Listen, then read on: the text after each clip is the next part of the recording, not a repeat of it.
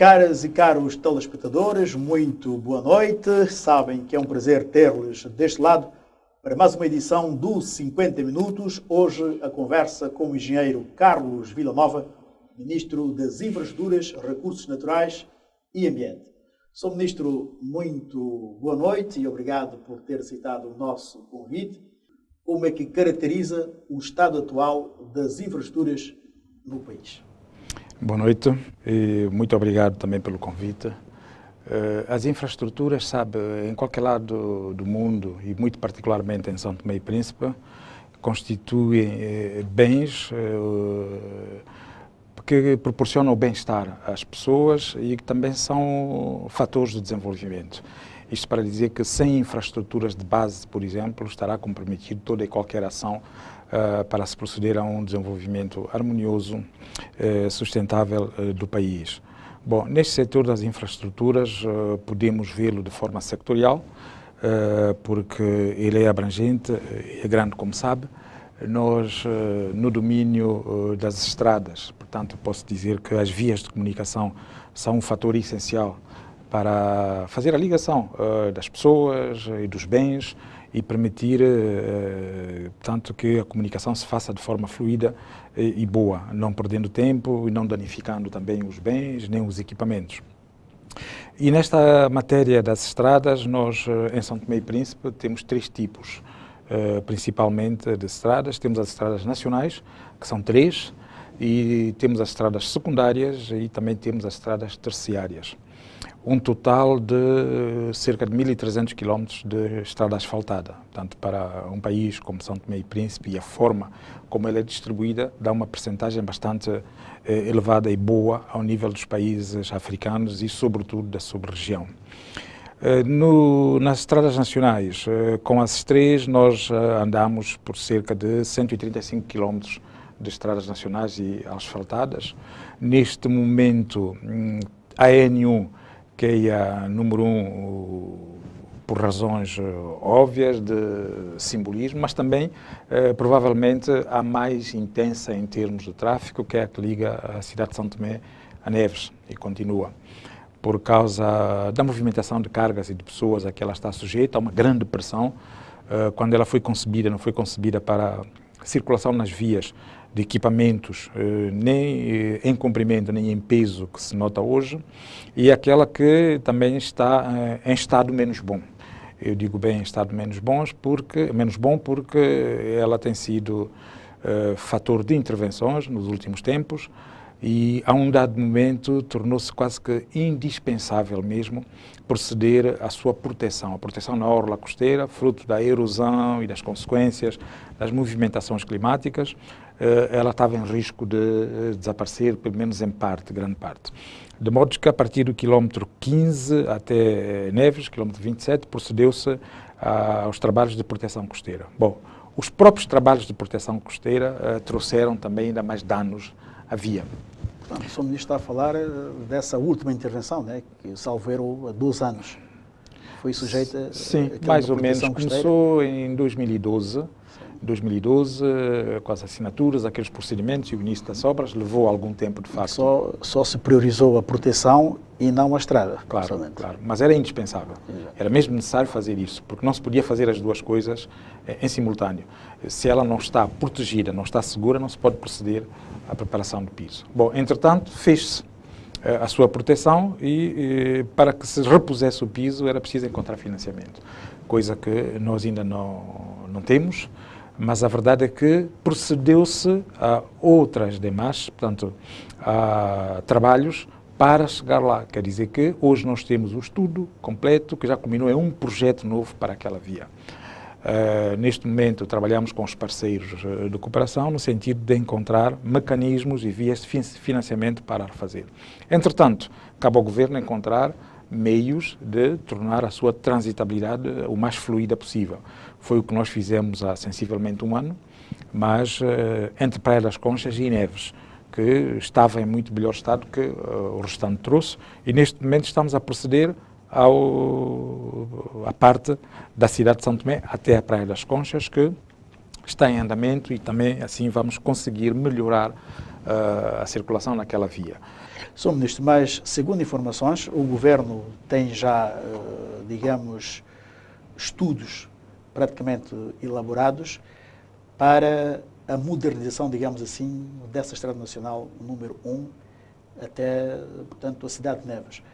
Pode-nos dizer como é que está o projeto, o que é que falta para o seu arranque, digamos assim?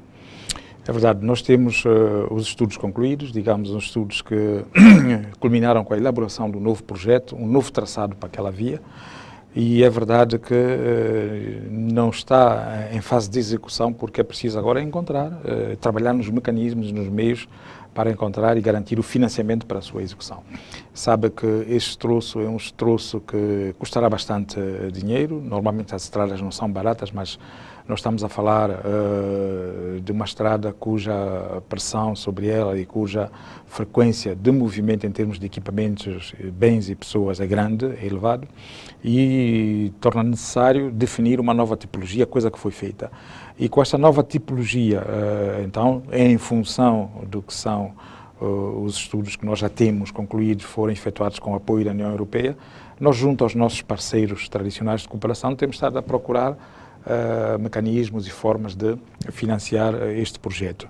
Esperamos consegui-lo brevemente para então termos as 3 estradas nacionais em condições normais e em bom estado. Sr. Ministro, relativamente à Estrada Nacional número 1, sabemos que o Governo tem um projeto, inclusive já elaborado, que foi submetido à União Europeia, que contempla, portanto, um novo traçado para aquela via. Pode-nos dizer em que estado está, portanto, esse projeto? Efetivamente, depois da conclusão dos trabalhos da proteção da orla costeira para aquele mesmo piso, portanto, para a Estrada Nacional número 1, procedeu-se a um estudo que culminou na elaboração de um projeto que tem um novo traçado. Em partes, não é em toda a estrada, em todo o troço, mas grande parte dele conhecerá uma nova tipologia, mais adaptada às necessidades atuais, à situação atual, quer em termos de circulação de equipamentos, de pessoas e de bens. E nós entramos numa fase que é a fase de acerto e procura de financiamento para a sua execução, o que está sendo feito também junto aos nossos parceiros tradicionais, porque pelo valor que se prevê para a execução do projeto, portanto, os meios internos não serão suficientes para o fazer. E estamos a falar em quantos, em que montantes mais ou menos necessários para a execução desta obra? Sem exagero, ultrapassará os 50 milhões de euros. Portanto, logicamente que esse projeto tem em conta também a queda, portanto, das pedras que há por aquela via. Sim, haverá grandes trabalhos a serem feitos, até porque haverá uma largura de faixa superior à atual, o que vai fazer com que tenha que se fazer algum trabalho de engenharia junto às montanhas, sobretudo em alguns pedaços, em alguns troços da estrada. E como é que está a sensibilidade dos parceiros, nomeadamente em termos desse projeto? Isso trabalha-se, nós temos estado a trabalhar com eles, nota-se por parte de alguns deles vontade em colaborar, em cooperar, isso faz parte do quadro da cooperação e nós acreditamos que vamos conseguir fechar esse dossiê para que se possa então proceder à execução deste projeto. Já existe um time mais ou menos para isso? Sabe, é difícil calendarizar, até porque esta fase de negociação, esta fase de esse tipo de procedimentos pode ser mais ou menos moroso, mas tudo dependerá de como é que, junto aos próprios parceiros, junto à própria situação financeira internacional, nós também poderíamos tratar desse assunto, lidando com essa questão de uma forma. Porquê? Porque hoje um troço de estradas, para ter financiamento externo, é preciso que ele seja também visto na vertente económica, o que aporta à economia. E esta é uma daquelas que, de facto, reúne as condições para que isso seja feito. Exato. E, portanto, quanto às estradas, Estrada Nacional número 2, sabemos que não existem problemas de maiores. Sim, a número 3 acaba de ser concluída, mas nós temos outros troços de estrada em que temos estado a intervir. Apesar da situação económica difícil, posso lhe dizer que tudo junto nós conseguimos executar um trabalho bastante positivo. Basta lhe dizer que muitos troços estão concluídos, outros estão em fase de conclusão. Nós temos o troço aeroporto Praia-Gamboa, que está na sua fase final, Conde Micoló Fernão Dias, que também está em fase de conclusão, portanto, grande parte está terminado. Falta exatamente a parte terciária, porque o Conde Micoló podemos chamar um troço secundário, Mas micoloconde é um troço terciário, isso para que eu os dê em termos de exemplo, para que as pessoas percebam como é que são qualificadas as estradas. Nós concluímos Pantufo São Marçal, concluímos Água Crioula Batepá, nós concluímos São Fenícia Folha Fede, portanto há todo um conjunto e série de troços de estradas que já foram feitos. A N3, que é o rosto mais visível, Penha, Boboforo está em andamento, nós já iniciamos Boa Morte, Oco del Rei, portanto, para que seja refeito. Está em curso também Palha, Margarida Manuel, Diogo Simão Gleba. Como vê, há todo um conjunto de ações que, há momentos ou por momentos, as pessoas não se dão conta, mas a verdade é que há um conjunto de atividades que estão em curso que é para melhorar a condição das vias de comunicação. Portanto, mas relativamente à Estrada Nacional número 2, que liga, portanto, a cidade capital a Porto Alegre, depois da zona de Ribeira Peixe, o estado das estradas começa, portanto, a ter ou a desejar alguma preocupação. O Governo tem conhecimento da situação dessa estrada? Temos conhecimento da situação deste troço, aliás, ele está inscrito. Nós queremos e tudo faremos para que ainda seja possível fazer o lançamento deste troço ainda este ano. Vamos trabalhar para isso. Portanto, temos consciência e sabemos da necessidade que é, até para complementar o restante troço. Nós vamos trabalhar nesse sentido para que ainda este ano se possa fazer o lançamento da reparação deste troço, entre Ribeira Peixe e Porto Alegre. A duração dos materiais, se calhar, a duração das obras de tapagem do buraco não leva muito tempo. Eu, ultimamente, tenho o caso, ouvi o segundo diretor a dizer que as obras levariam pelo menos um ano, se foi no ano passado, mas em menos de 6 meses, com a época de chuva que tivemos, as mesmas vias ficaram totalmente esburacadas, o que levou a uma nova tapagem de buracos. Eu não sei se os materiais usados, portanto, nessas obras estão devidamente certificadas, se são materiais verdadeiros ou não. O que é que tem a dizer por isso? Bom, sabe, isto leva-me a fazer um recuo e fazer algumas referências para que se perceba um bocadinho melhor. Não sei se coloquei bem a questão. Claro, muito bem. Muito bem, porque vai permitir, de facto, dar mais algum esclarecimento. Bom, onde é que se registram os maiores troços danificados em termos de buracos?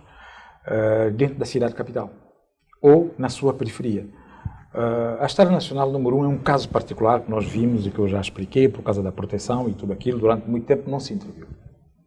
Mas o traçado na cidade e a sua periferia mais próxima são dos finais dos anos 50, 60. Está a ver? Nós estamos a falar de estruturas feitas num contexto e usando uma tipologia que hoje já não é que se adequa. Repare na Estrada Nacional número 2, que vai a Angulares, número 3, que vai a Pousada Boa Vista, e veja a tipologia desses troços, desses pisos, se tem alguma coisa a ver com os outros. Nós estamos a falar de estruturas, de pisos, que pelo passar do tempo, pela idade que têm, mesmo quando não têm buracos, não são lisas, têm lombas. As pessoas andam aos saltos, os carros andam aos saltos. Bom, e o que é que acontece quando nós tapamos os buracos, procedemos à tapagem dos maiores buracos? Está-se a tapar os maiores, há uns pequenos, muito pequenos ao lado, que serão os próximos buracos com a circulação. E depois, o número de viaturas e equipamentos existentes no país naquela altura não é o que existe hoje. Quer dizer, tudo isto junto faz com que as estruturas se danifiquem muito mais depressa. Também obriga que as intervenções sejam mais frequentes, coisa que nem sempre podemos fazer. Porque os recursos são parcos, os meios também não existem muitos, e também procedemos à tapagem fazendo algumas experiências, é verdade que se diga. Nós já tentamos a impregnação, que era a estrutura a tipologia que se usava nos anos findos, e depois tentamos a frio, o bituminoso a frio, que são composições que são preparadas e feitas e elas não são manuseadas a quente e pode-se aplicar, mas a verdade é que com as condições climatéricas e pelo facto do tempo, da idade dos próprios pisos, com os buracos pequeninos que estão ao lado, ela não vai se aguentando. Neste momento, a tapagem de buracos que nós estamos a proceder, por exemplo, entre a cidade e até a Praia das Conchas, na Estrada Nacional número 1, é a quente. Já usa a mesma tipologia que nós utilizamos para a estrada que vai a Trindade, por exemplo, que é a Nacional número 3. Isso vai permitir agora, queremos nós, que o tempo de vida dessas estradas as condições que elas vão oferecer à circulação serão melhores. Portanto, é todo esse conjunto de fatores que nos obriga a fazer isso.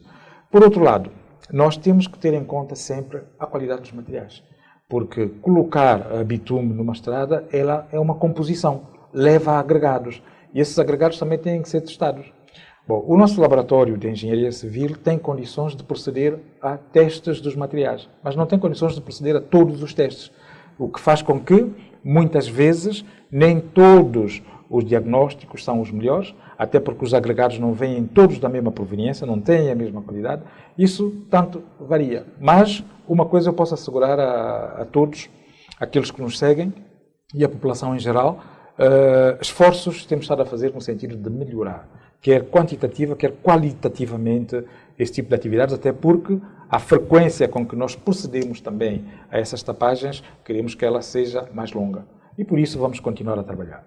Mas também temos outro tipo de problemas. Aqueles materiais que para os quais não temos capacidade de avaliar a sua qualidade de testar. Eu refiro-me, por exemplo, ao cimento. Neste momento, registra-se maior consumo e registra-se que a proveniência dos cimentos também são de forma mais diversificada. O que faz com que, não podendo controlar para certificar esse tipo de material que entra no país, constata-se que a necessidade de o fazer é grande.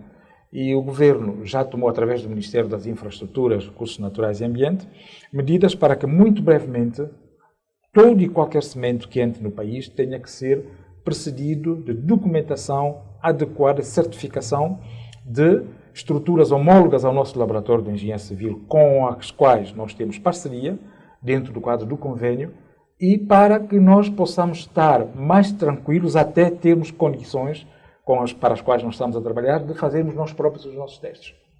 Quer dizer que, eu dou um exemplo, uma determinada empresa importa cimento proveniente de Portugal, o material posto no porto tem que ser certificado pelo Laboratório de Engenharia Civil de Portugal para que ele possa entrar em São Tomé. A mesma coisa será feita com os outros países. Aliás, neste momento eu posso lhe dizer que tivemos recentemente a equipa do Laboratório de Engenharia Civil de Angola, no quadro do convênio que estabelecerá parcerias com os nossos institutos de estrada aqui em São Tomé para que todo esse mecanismo se possa fazer de forma mais controlada dentro do quadro dos países com os quais nós temos esse tipo de relação comercial. Mas está a falar de todo tipo de cimento ou cimento só para as estradas? Não, cimento é utilizado nas estradas e nas construções de uma forma geral, sim. Não digo que ele seja utilizado diretamente no piso de transitabilidade, mas à margem dos pisos há todo um conjunto de trabalhos que se fazem com base no cimento. Então o cimento de uma maneira geral? De uma maneira geral, sim. Todo tipo de cimento tem que ser certificado. Portanto, a situação da estrada está mais ou menos esclarecida, não é? Agora, a questão, portanto, nós sabemos que em termos de água e luz, também grandes avanços foram dados, portanto, nesses últimos anos. No meio da água, portanto, neste momento existem duas grandes, ou três, a de Ribeiro Afonso, o Bolongo, a de Neves foi inaugurada recentemente, faltando agora apenas de Cantagalo. Como é que está a situação de Cantagalo e para quando a inauguração dessas etares, quer do Bolongo, quer de Ribeiro Afonso, uma vez que o prazo inicial já passam, portanto, uns 6 meses que essas obras deveriam ter sido concluídas? Bom, sabe, é assim, os problemas nunca acabam, lamentavelmente. Isto apenas para nós entrarmos na matéria.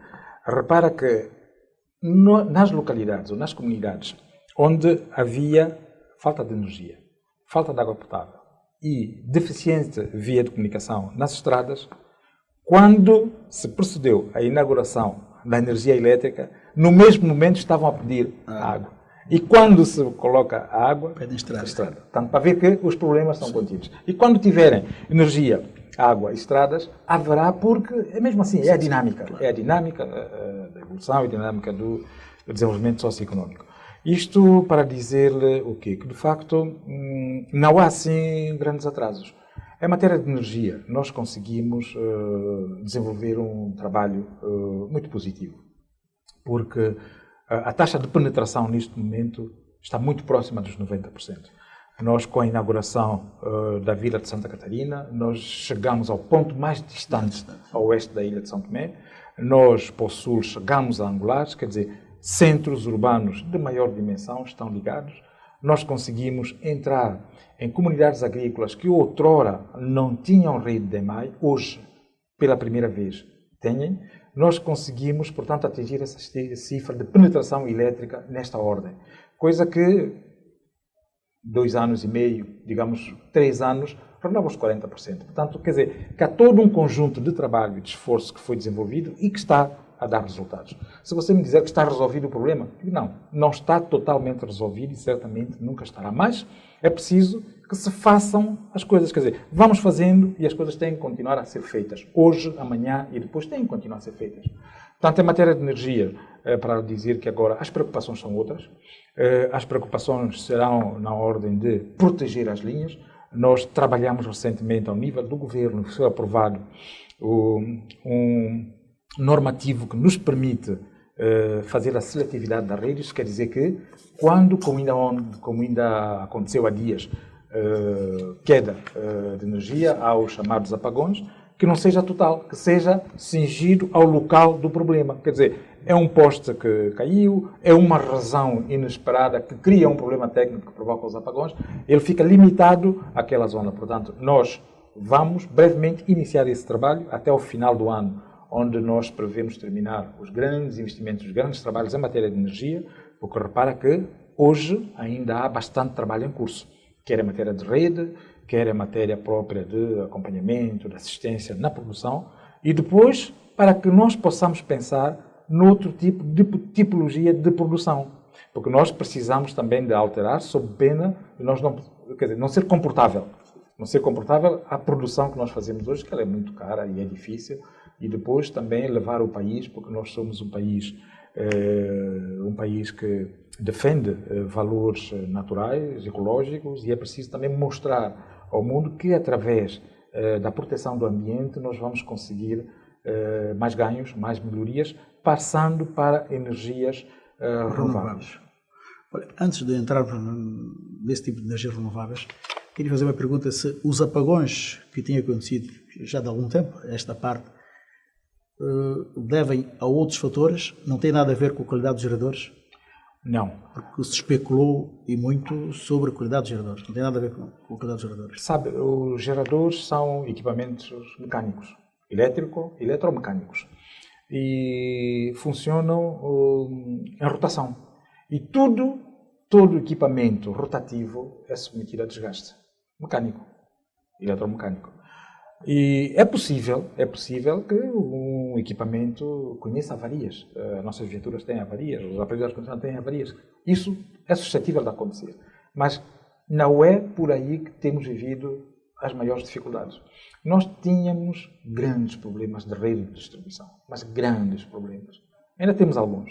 Repare que o país está a conhecer renovação da sua rede de média e alta tensão na sua quase totalidade. Nós fizemos grandes melhorias em termos de redes de baixa tensão. Utilizamos cabos torçados, evitando aquelas linhas onde as perdas eram inúmeras. Reduzimos consideravelmente as perdas técnicas ao nível deste país, o que faz com que hoje grande parte, a quase totalidade da nossa produção energética é levada aos consumidores. Nós chegamos a ter, perdas técnicas e comerciais superiores a 40%. Quer dizer que, se eu produzia 100, eu deitava fora 40. Só podia vender ou distribuir 60. Hoje já não é assim. Ainda temos alguma, porque os trabalhos ainda estão em curso. Portanto, para lhe dizer que hoje a maior causa desses nossos problemas não são por razões de produção. Só que eles acabam por parar os geradores, porque são de outra índole, de outras razões. E nós, com esse projeto que eu lhe falei, vamos conseguir melhorar isto. Estamos a falar da distribuição, né? O problema está na distribuição. Na rede de distribuição. Sim. E neste momento, salvo ver, existem 2 grandes projetos com empresas portuguesas, construção de casas que permitem separar a produção da distribuição. E como é que está o projeto? Esse projeto está em curso, está a andar bem. De facto, é aquela componente que nem sempre é muito visível pela grande maioria da população, mas que desempenham um papel muito importante. São as subestações. Exato. Digamos, eu produzo aqui, mas eu, para fazer chegar à sua casa energia, tenho que a colocar em diversas outras estações para a sua distribuição. Quer dizer que a maior parte da energia hoje produzida na central de Santo Amaro, nas duas, 1 e 2, ela, para chegar à cidade, passa por subestações. E nas subestações, ela pode ir uma parte para Trindade, uma parte vai para Angulares, outra parte vai para Neves. E aquele conceito de que as pessoas tinham, que a energia em Lembá vinha da central do contador, não, esse conceito já não existe. Hoje, a produção do contador pode estar a alimentar São João dos Angulares, quando a produção de Santo Amaro pode estar a alimentar outros setores. E é possível inverter. E o objetivo é, quando nós chegarmos à fase final deste projeto, quer nas subestações que estão a levar equipamentos todos novos, células, tudo novo, nas linhas, como eu já falei, tudo novo, temos depois aqui junto à central de São Tomé, a construção daquilo que será um novo centro de despacho. Quer dizer que, exatamente, é o centro do comando. E a partir daí, as pessoas já não têm que se deslocar, salvo uma situação de uma avaria grave. Mas, a partir desse centro de despacho, pode-se desligar, ligar, iluminar, portanto, fazer toda a operação sem ter que se deslocar. Por que a reposição de energia depois de um blackout leva tempo? Leva tempo porque as pessoas têm que se deslocar em viaturas para as diferentes subestações, muitas vezes ir à Vila de Santo Amaro, que tem uma subestação muito importante, que quando ela cai, fica quase toda a zona de Mesoche e o sul do país sem energia. Então é preciso ir lá, repor a situação dentro da subestação e ligar as células para que se possa fazer. Portanto, este fenómeno leva tempo, porque chegado aí é preciso estar em comunicação via rádio, por vezes via telemóvel, com o centro do despacho atual, que está dentro da central de São Tomé, para fazer isso. Mas com o novo centro de despacho e os novos postos de corte e as novas subestações, esse problema estará resolvido praticamente em definitivo. Nós tivemos a última visita em que o Primeiro-Ministro fez à República Popular da China. Vários investidores, empresários chineses manifestaram interesse em investir precisamente no domínio do porto e do aeroporto. Pode-nos dizer em que pé, portanto, estão esses interesses, se correspondem ou não às expectativas dos investidores chineses? O que é que nós podemos esperar nos próximos tempos nessa matéria do porto e aeroporto? Sabe, são duas infraestruturas que significam muito para nós. Um país com as características de São Tomé e Príncipe, país insular, um porto e um aeroporto são como alimento para a nossa sobrevivência. Hoje, essas infraestruturas que existem já não correspondem àquilo que são as nossas necessidades para o futuro, o que se pretende para o futuro. Portanto, torna-se necessário. E, felizmente, eu ouso dizer, e com alguma vontade eu digo, que é uma matéria politicamente consensual. Eu não acredito que, neste momento, não haja uma força política ou não haja um setor de atividade socioeconómico neste país que não esteja de acordo que o porto e o aeroporto são necessidades para se fazer. Portanto, por aí vê-se que estamos praticamente todos de acordo que é preciso fazer o porto e fazer o aeroporto. E isso torna as coisas uma forma mais evidentes, mais claras. E nós continuamos a trabalhar nestes projetos. Eu digo bem continuamos porque esse projeto é um projeto que vem de algum tempo e, por ser uma necessidade de ser assuntos e projetos que interessam de uma maneira a todos, nós queremos que os dois projetos conheçam o início da execução ainda este ano. É verdade que, neste momento, o parceiro China, a República Popular da China, é um parceiro privilegiado nesta matéria para que estes projetos possam ser executados. E, depois da visita à China, depois da retoma das relações diplomáticas, agora encontramos num processo de definição do quadro de cooperação. É preciso definir e, em função da definição desse quadro de cooperação, saberemos em que modalidade, de que forma vamos desenvolver esse projeto. Porque, se me perguntam, é nossa vontade? É nossa vontade. A vontade só não executa. Então, preciso trabalhar, criar as condições para o fazer. E, neste momento, estamos empenhados e tem sido feito muito trabalho, posso lhe assegurar, ao nível do governo. Portanto, esses projetos extravasam a simples capacidade e competência do Ministério das Infraestruturas, pela sua abrangência e pela sua importância, mas posso lhe assegurar que estamos a trabalhar e muito empenhados nesta matéria para que esses projetos conheçam a luz do dia e venham a ser uma realidade em São Tomé e Príncipe. Já para este ano? Tudo indica que sim. Ok. Sr. Ministro, já que estamos a falar das grandes infraestruturas, qual é o ponto da situação das grandes empresas do país que estão sob a tutela do seu Ministério, nomeadamente a IMAI, a Enapor e a Inasa? Bom, sabemos que estão numa situação não muito privilegiada em termos financeiros. Até mesmo há informações que apontam para uma falência técnica de uma dessas empresas. Isto corresponde à verdade? Bom, já nem é uma questão de corresponder à verdade. Repara, citou-me empresas públicas, onde o único acionista é o Estado de São Tomé. Empresas necessárias, empresas cujo papel são de importância extrema, sob diversas formas, com uma carga social muito forte, uma componente social muito forte, e que é preciso olhar para elas com outra dimensão e outra forma. Porque qualquer empresa, por si só, tem que ter um caráter empresarial. Ela tem que funcionar dentro das normas e dos parâmetros empresariais esperados. Digamos que quem tem, neste caso é o Estado que tem, mas o Estado espera da empresa que ela funcione bem, que ela dê lucros, que ela comparticipe também em termos financeiros no desenvolvimento do país. Porque não são empresas puramente sociais. Eu não posso ter empresas desse tipo que todo o seu esforço, todo o seu desenvolvimento se resume a suportar custos operacionais que muitas vezes eles próprios não podem suportar. Tomemos o caso da EMAI. Muito investimento tem sido feito na EMAI, mas a EMAI por si só não é capaz de fazer esses investimentos. Mas o Estado, sendo dono da empresa, o acionista da empresa, criou condições para que esses investimentos sejam feitos. Mas espera retorno da EMAI. O que digo em relação à EMAI é válido para a ENASA, é válido para a ENAPOR, é válido para os Correios. Portanto, essas empresas têm que se tornar de alguma maneira sustentáveis. Através das direções que o Estado coloca para as dirigir, através de todo o mecanismo social e estruturas criadas na empresa, inclusivamente os próprios trabalhadores, de forma organizada e no seu todo, de acordo com as competências e funções de cada um. Por que eu digo isso? Eu digo isso porque muitas vezes essas coisas acabam sendo mal interpretadas. Porque se toma uma medida de estruturar e fazer, dar maior funcionalidade à empresa, é porque se está a combater os trabalhadores, é porque de alguma maneira é mal interpretado e feito. Não. O que está em causa não é isto. Se elas não se tornam sustentáveis, elas não poderão sobreviver. Elas não estão falidas hoje. Elas estão tecnicamente falidas há muito tempo. E isto não é novidade, é preciso que diga. Todas elas. Todas essas empresas estão tecnicamente falidas. Empresas que têm custos de operação a rondar muito próximas de 80%. Elas não podem resistir.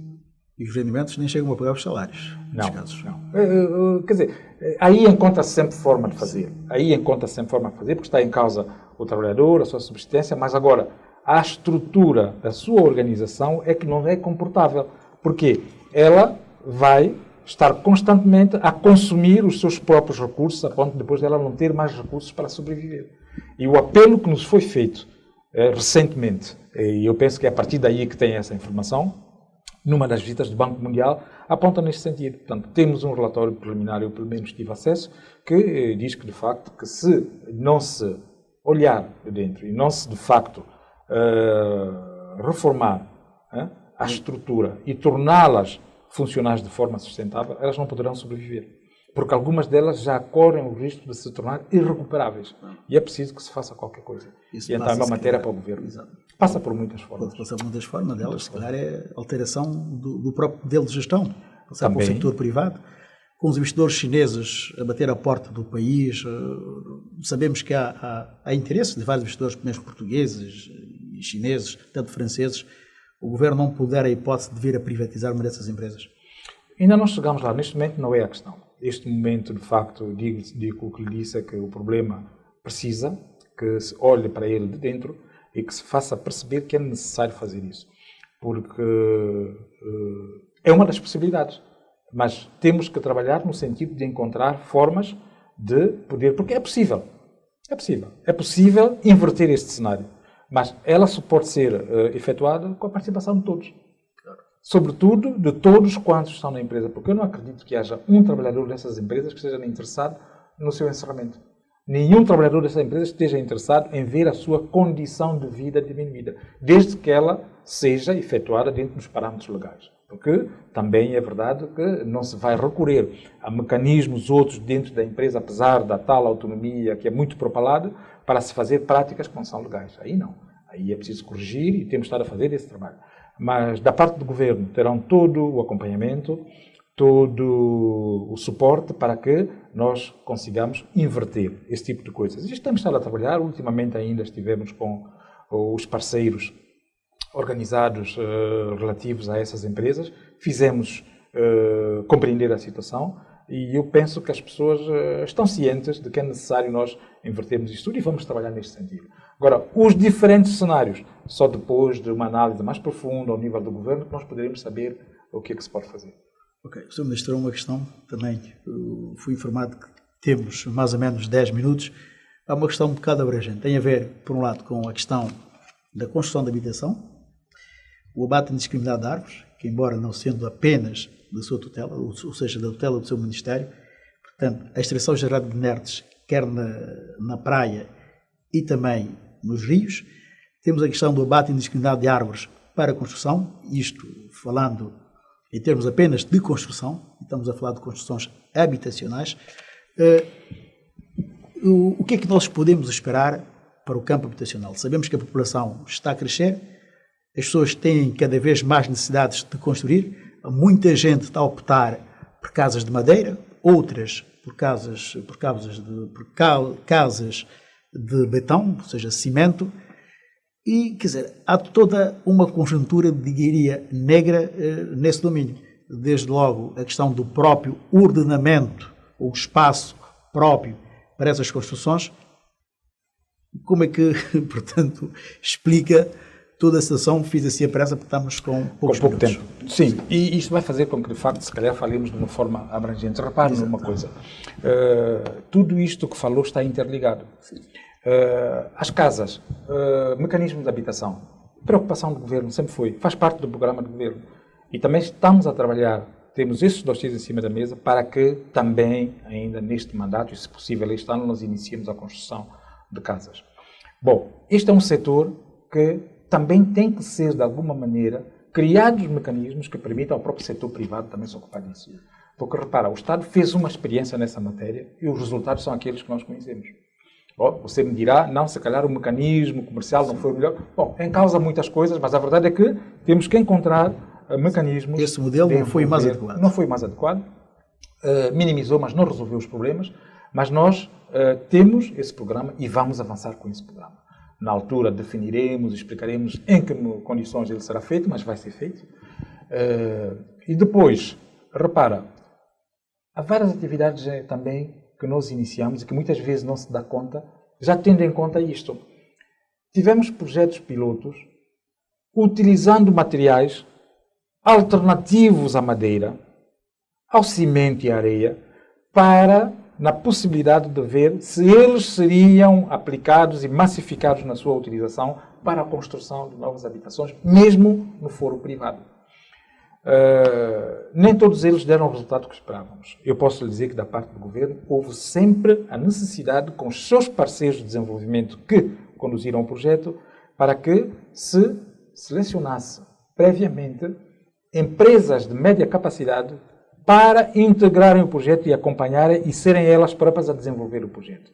Não resultou muito, eu refiro-me às casas à chegada do Guadalupe, que foram feitas em adobe, praticamente em barro, tudo natural, com muito pouca madeira e pouco cimento. Mas não nos ficamos por aqui. Temos um outro projeto que está a ser desenvolvido com o Brasil, em Almerim, de casas de solo cimento. Utilizam pouco cimento, pouca areia e utilizam argila. E essas já com uma consistência melhor e também selecionamos a empresa local para fazer o acompanhamento e desenvolvimento desse projeto, por forma a que elas apropriem-se da tecnologia e possam desenvolver no futuro esse tipo de habitações. Portanto, aí nós já estávamos a trabalhar em mecanismos de combate ao corte discriminado de árvores. Porque, repara, é verdade que o abate continua a ser feito de uma forma discriminada, que não é aquela que nós pretendemos. As pessoas, por uma questão cultural, constroem mais em madeira. Mas hoje a construção em madeira, eu posso mais dizer, cara. está a ver o problema. E as pessoas é preciso que elas tenham noção disso. E com esses projetos, qual é o objetivo? É divulgar, sensibilizar, mostrar que, através dessa tecnologia de construção, estaremos a construir mais barato, estaremos a construir com mais durabilidade e com o mesmo conforto, ou ainda mais conforto do que as tradicionais casas de Mas madeira. o problema é que as pessoas não têm acesso a esse tipo de materiais. Exatamente. Não são materiais Recorrem ao abate indiscriminado porque aí as construções em madeira ficam mais baratas. Se fossem pontos oficiais, seriam mais caros. É e como não relativo. têm acesso a esses materiais, as pessoas ficam numa É relativo situação... e nós temos que, de facto, fazer um trabalho de que as pessoas percebam que isto não é a melhor via. E outro mecanismo que nós fizemos e trabalhamos muito com, sobretudo os países da sub-região, na importação de madeira, de torres de madeira, que a madeira fosse tratada localmente, para também evitar o corte e o abate indiscriminado das nossas árvores. Mas esse projeto não avançou. Não, esse De projeto... importação de madeiras? Não é que ele não avançou, o projeto está em curso. O projeto não avança por quê? Com a rapidez que as pessoas pensam, porque é preciso trabalhar muito. É preciso que também esses países estejam na disponibilidade de acordo e com alguns deles, inclusivamente, com documentos assinados. Agora, são processos com implicações financeiras também. E depois, o papel do Estado é criar condições para que ele se faça, mas que o próprio setor privado também entre nisto. Porque há matérias que não podem ser deixadas ao Estado, porque nós estaríamos, como há um bocado falamos das empresas, quer dizer, o Estado acaba por desempenhar um papel paternal que tem que ser desempenhado, mas que não pode ser levado até este nível. Hoje, tudo gira. É o maior empregador, é o maior cliente, é o maior fornecedor. Quer dizer, o Estado é o dono do país. Temos que pensar isso. E a questão da lei da extração exagerada de inertes, nomeadamente da areia e tudo isto, eu sei que existe uma lei que está em estudo, que é para a lei dos inertes, que já inclui a extração da areia da praia, também dos rios, e também, ao abrigo dessas leis, prevê-se multas aos infratores. Portanto, como é que está? Eu sei que essas leis ainda não foram aprovadas, não sei se já foram submetidas ao Governo. Tem alguma informação? Sim. É uma lei que, de facto, nós temos estado a trabalhar há algum tempo, pelo menos o Ministério tem estado a acompanhar e feito o necessário. Ela já conheceu diversas fases, está neste momento ao nível do Ministério das Infraestruturas, já a ser ultimado para ser submetido ao Conselho de Ministros. Levou tempo, mas fez todo o procedimento, conseguiu-se fazer a sua apresentação pública, recolha de contributos, tudo feito dentro dos prazos e fases. Eu recordo-me bem que há coisa de 2 meses, mais coisa, menos coisa, nós fizemos a apresentação pública durante uma manhã, com a intervenção de vários atores e dirigentes aqui deste país que acompanharam. Procedeu-se a um período de abertura de recolha de subsídios, o que foi feito, o dossiê está fechado e está neste momento ao nível do Ministério das Infraestruturas que vai. Mas fez bem em abordar essa questão, porque também aí é preciso clarificar algumas coisas.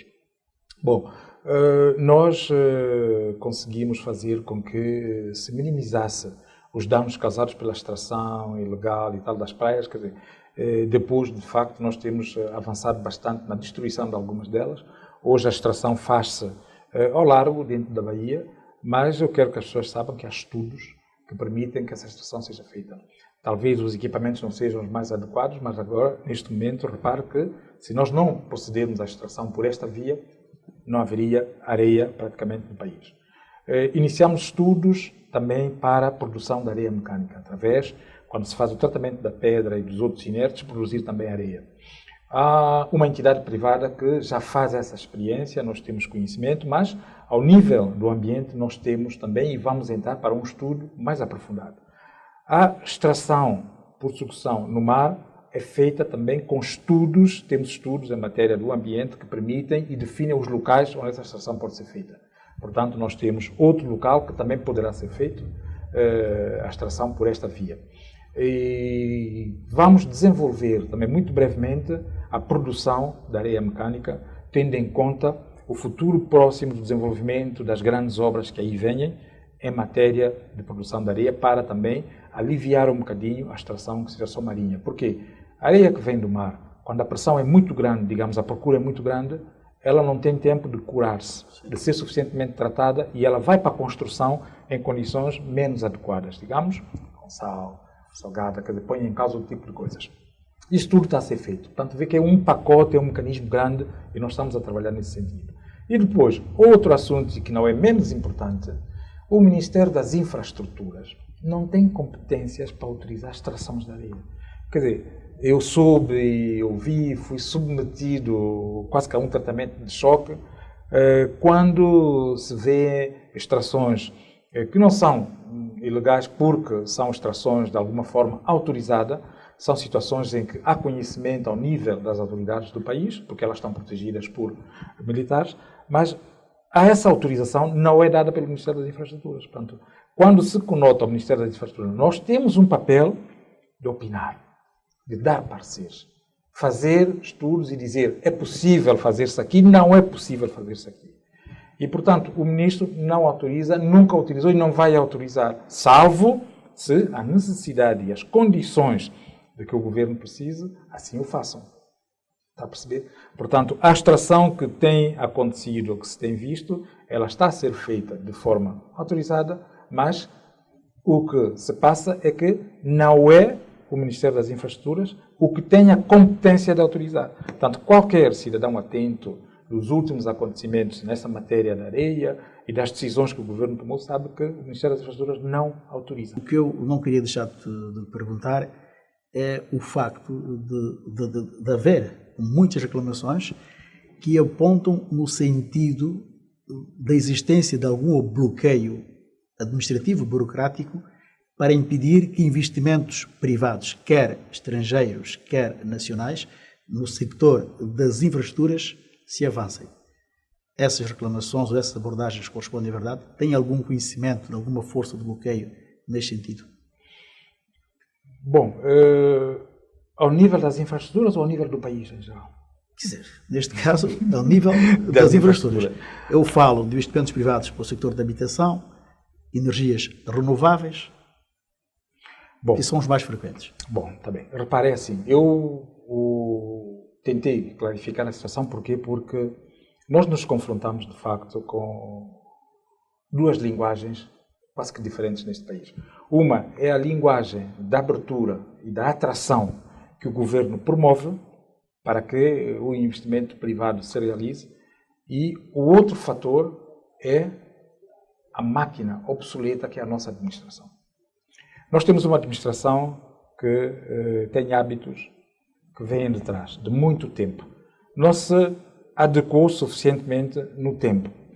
E essa administração, por vezes, em matéria de execução, ela quase que se mete ou desempenha um papel, talvez por excesso de zelo, talvez por não perceber bem o papel, de bloqueio de alguns. Mas deixe-me também dizer-lhe que se um investimento concreto, privado, estrangeiro ou nacional, ele não é executado, certamente porque ele não obedeceu ou não cumpriu os parâmetros todos exigidos. Porque nós não estamos à altura de receber de ânimo leve qualquer proposta, qualquer manifestação de interesse e dizer que sim, avance, sob pena de comprometer o próprio Estado, criar problemas ao próprio Estado e ao próprio país. Não vou citar os exemplos, mas nós temos alguns que nos custaram bastante suor e alguns estão quase a custar sangue. Quando digo sangue é esforço. Mas eu concluo rapidamente. Para lhe dizer que das manifestações de interesse nós temos, mas a maior parte, ou grande parte dessas manifestações de interesse não conseguem reunir condições para avançar. Porque há critérios. Nós próprios, estando nós submetidos a um programa com o Fundo Monetário Internacional, há parâmetros e há condições que temos que obedecer. Nós não podemos, de maneira nenhuma, pegar num projeto que me diz que eu tenho financiamento, eu ponho aqui, e quais são as condições que o Estado tem que dar? Eu tenho que as analisar. Eu não posso comprometer o país a qualquer preço. Eu estou a falar, eu, na primeira pessoa, mas estou a falar em nome do governo. Portanto, o que se passa no Ministério das Infraestruturas, passa-se no outro Ministério.